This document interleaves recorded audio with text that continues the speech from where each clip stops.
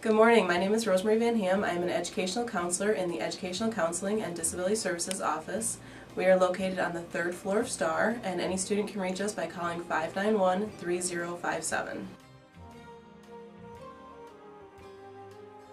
We have a lot of different responsibilities within this office. There are 4 counselors. We have a department head and then 3 staff counselors. We do a lot of different things. Because we're educational counseling and disability services, since we merged the two, we do work with students with disabilities. We also work with students on a number of other issues, students that maybe want to improve their GPA, look at study skills. We do career development, so students that are either exploring, they want to affirm they're heading in the right direction or look at some other options. We work with those students as well. We offer different assessments that students can take. They can look at their interests, they can look at their personality preferences, and maybe see how that would identify into a current job for them. For all the counselors, to be a licensed professional counselor, you do have to have a master's degree. So at a bare minimum, we all have that here. Many of us have other advanced degrees as well. To be licensed in the state of Michigan, you have to have so many hours as a limited licensed professional counselor, and then after that you go on, you take your boards, you become a fully licensed counselor. Students with disabilities can come to us for any number of reasons. A lot of times students maybe had an IEP in high school, they had certain accommodations just that were meant to level the playing field. So some of our most common, we have students with physical disabilities, hearing impaired, we have students with ADHD, we have students that have learning disabilities. That's probably one of our top ones, are the learning disabilities. And so we look at the documentation that they provide, we review that, and then we make accommodations based on the documentation. So briefly I touched on the accommodations that we offer. It really depends on the documentation. If somebody has a learning disability in reading, they're probably going to have different accommodations than somebody that has a learning disability in math. So what we look at are those psychoeducational evaluations that were done by a psychologist or an outside agency. Students bring us that documentation, we review it, and then we make the accommodations based on that. I can tell you some of the common accommodations might be a note taker, extended test time, maybe using some of our adaptive technology. So we have the Arkenstone, we have the Kurzweil, different things that would just kind of level the playing field and help them to be competitive in this environment.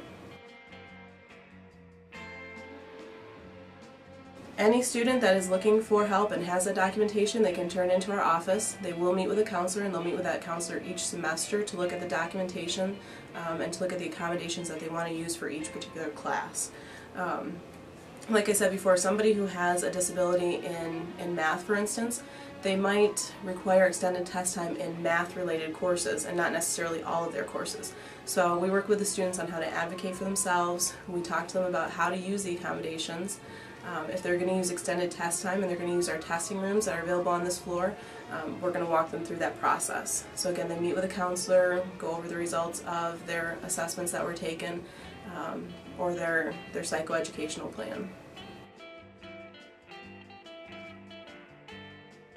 Currently, if I gave you the numbers from last year, we had 130 students registered with disability services. The number's always growing. So at this point we're above that, but just depending on when students come in, they can come in any point in the semester and sign up for accommodations. So just depending on that, our numbers will increase.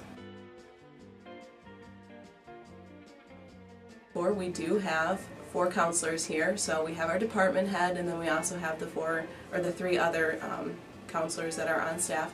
We also have 2 amazing clerical staff in our main office. A lot of times students come in, those are the first people that they interact with, those are the people that when they come to take tests, get them set up in the rooms and get the tests here, and they do an amazing job. So there's 6 of us here on this floor, and we all work together just to help the student the best we can. Disability Services has actually gone through an interesting transition. I started here 5 years ago, and at that time we were Educational and Career Counseling, and then Disability Services was a separate branch of that. We've combined, so now we've changed our name to Educational Counseling and Disability Services, and we've taken on a whole lot of new roles. We've done a lot more of training in terms of working with students with disabilities. So before that, I don't have much information on what Disability Services was because I wasn't here, but it was in existence and students were being served at that time as well.